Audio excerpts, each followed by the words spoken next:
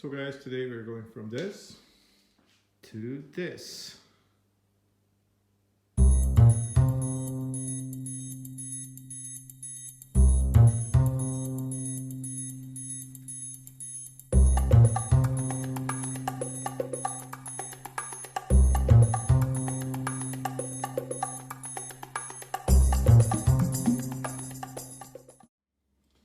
So guys, since BMW is totally lost interest of getting a race calibration kit for this bike, and there's no such thing in the horizon yet, I had to remove my ECU, send it to this company, RS2 Engineer. Great guys, great support. They answered my mails within an hour, even on a Sunday. So the ECU is flashed now, so I can get the Akra Fullsystem on, and this is what we're gonna do today. I'm gonna try to take it part by part, and we will start to remove the end cap, and for that you will need a TX45. Unscrew this screw, which is Loctited. And you will even need 13 wrench to loosen this. Loosen it up. There's a clamp here, so just loosen it up. And I will remove this screw and get back to you. So unscrew this screw. There should be something similar here depending on your foot pegs. If you have the original ones, I have the Gillis, and this part is loose now, and you can wiggle off the end cap. So guys, next we need to detach the O2 sensors, and there are 4 O2 sensors here. There are 2 in the front and 2 in the rear end. So this is the connector, and then there is a bracket and a screw there. So we need to remove this screw with a TX30. I will do that and get back to you. So the bracket is loose. There's this zip tie here we need to cut, and then we're gonna disconnect this connection. And the reason we do this is it's pretty hard to get with a wrench in here to remove this. It's better to do that when the whole system is out.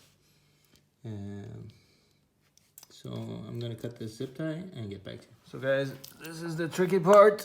To get to the O2 sensors, you have to go from underneath, from here, across with a wrench. I don't know if you can see this. And then from the other side with a wrench from underneath, because you cannot reach them from above. Sorry for that. You cannot reach them from the above. So as soon as you just loosen them, so you can use your fingers to untie them, they will come off. You need to release them from this hooks here, so the cable is loose. Otherwise you cannot twist it, and there's a couple of them. There's one behind the oil filter as well. So this cable is completely loose, and then you can unscrew them by hand and twist the cable at the same time. Be careful with these babies because they are expensive. I will need my both hands. I'll get back to you. So I get the right hand O sensor towards the front off, and this is what it looks like. There is a metallic washer here. Be careful you not lose that. Now we'll do the same on the other hand side. You probably need to cut some cable ties as well there. So I'll do that and get back to you. I don't know if you see, this is the attachment for the left hand side. You don't need to remove it. I didn't even have to remove the zip tie that is around it.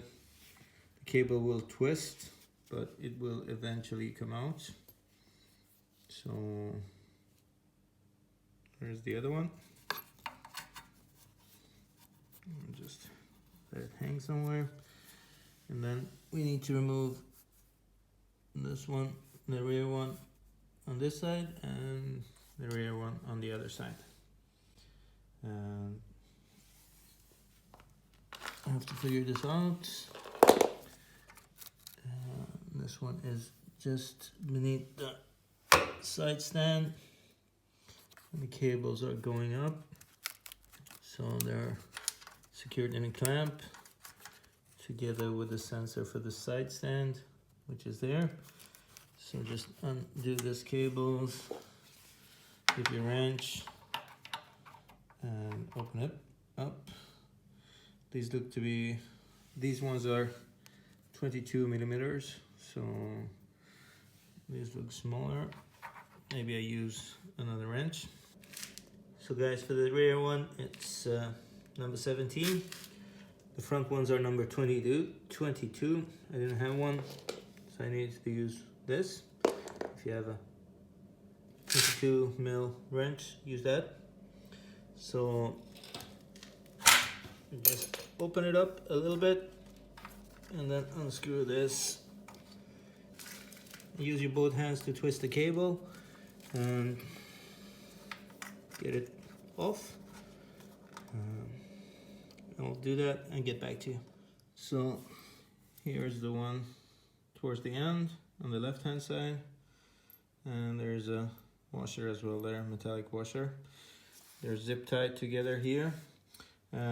With the flash I did on the ECU, I will not be using the rear ones. I will be using just the front ones. So these will be completely removed. I have to figure out how the cabling goes and where the other end of this cable is. And now we have to do the same thing on the right hand side. So we're on the right hand side of the bike. Just twist it open and unscrew it, and remove this. It's much easier with two hands, but I think I'm gonna get a hold of it.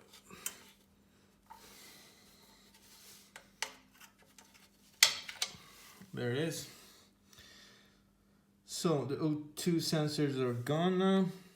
So guys, next I'm going to remove the servo for the exhaust valve. There is a tiny screw in there. You could barely see it, I think. It's a number 8 wrench. Grab it, unscrew it. When you do that, you can get this plastic top off and reveal the cables inside. I'll get back to you. This was a pain in the butt because you don't have enough space there to unscrew this screw, but it's done. And you can see this plastic cover. It's got a notch here that will go in there, and there's another one on the other side. So just use enough violence to pry it off. Hopefully there's enough space to get this thing off of this. I'll try to get it off, get back to you. And make sure to unclick it on both sides, and then you have to remove it towards the back. So these holes here, they are attached to this lip, and there's exactly the same one on the other side. So you'll see the cables that will go up to the servo engine, which is located up here somewhere behind here, which we will remove later. So what we need to do is remove these two heads from this wheel, and we need to unscrew this. So we loosen the cable. So right there, unscrew this one, and that one, so you can just pull this up both sides and remove it. So I'll just use the 10mm wrench to unscrew here, and as you can see, this cable will come loose. It's hard to show you guys because it's behind that pedal. I think you can see it, and it's off. So this little thing goes into a hole there, and you see the yellow part there as well. So I have to remove the other cable with a 10mm wrench. Let's see if I can do this for you guys.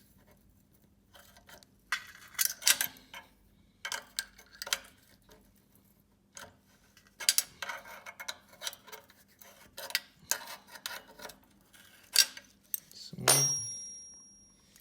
it's loose. Try it. Push it out of the place and just follow the cable and remove it. So we have these two cables that go to the servo engine. And let me show you guys, I don't know if you can see, if it's too dark in there, but there are some flaps in there which will open and close at certain RPM. We don't need that. There's a caution here to be made. Depending on the flash on your ECU, you may need to have these left or block them from somewhere else. But with my flash, I will be able to completely remove this and save some weight as well. So guys, this is number 10 socket. And here comes the hardest part. You can see the cylinder head screws. There are 8 of them, 2 for each bend that is going up. And what I'll be using, and hopefully it will work, is a tiny wrench with an extension. I will try to unscrew these and get back to you. Oh, by the way, be very careful when you're working in here. There's not a lot of space, so you'll easily damage your cooler. So be careful of that. So guys, I use this and I managed to get 5 of the screws from this side. They're loose all the way over there. So I try to get the other ones from the left hand side. So guys, I think we need to remove this bracket here. This bracket goes into the oil cooler and in the bottom of the cooler. So TX30, and remove this screw here and just yank the bracket out from the pin. There's a hole in a pin. You will know what I'm talking about. If not, I will show you in a second after I have unscrewed this. So this is the bracket for the support for the cooler, which goes on the top here, and the oil cooler in the bottom. And there's holes, so you just squeeze these guys together and it will come out. And it was attached through this into the engine block. So I think we have made enough space here to get the system out. So guys, I have no clue which one this is. I think it's T40, TX40, and it will go into this guy. I don't know if you can see that. And you have to unscrew it. I just put something underneath the system because everything is hanging on this screw now. So I'll try to unscrew this and get back to you. So guys, before removing the old exhaust, try to put some protection here in front of your oil cooler, not to damage it because it's not a lot of space. So I took a piece of I don't know what paper, thicker, with some duct tapes. So the screw is out as well. It was in the center, so the whole thing is loose, as you can see.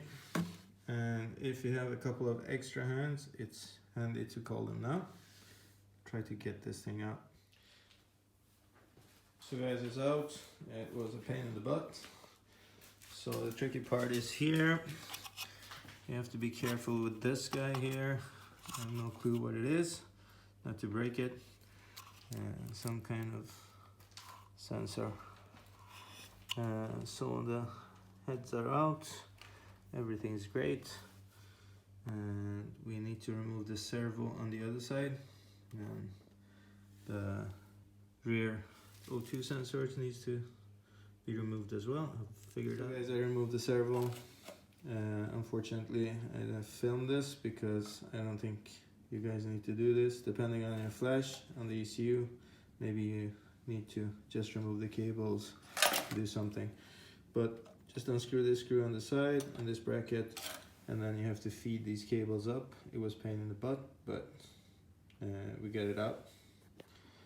So next we're gonna remove the O2 sensors, and I'm not gonna film that either because I don't think, depending on your flashed ECU, maybe you need to use all four. I would remove the rear one. So guys, I had to remove the tank, and it was straightforward. 2 screws here, and the bottom screw here out, and the whole thing is out. There are 2 connectors underneath. There's a lip, you put your finger on there and remove it, and then there's the fuel line. There is a plastic piece you press, then remove the whole thing. So the reason I had to do that is because of the O2 sensors that you can see there. They're connected here, and I need to remove them. So I'll do that.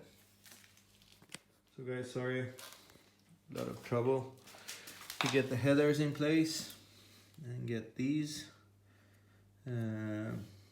correctly mounted. So I didn't have time to show you how I did it, but I used paracord to pull them down and guide them in. And I can tell you, you need to be at least 2 people to do this. So I had a friend over that helped me. Otherwise it's pretty straightforward. The O2 sensors in the front, and then here's the Akra Povich, and it sounds ridiculously high, so I have no clue how I'm gonna manage the sound levels here in Sweden, but we have to figure something out.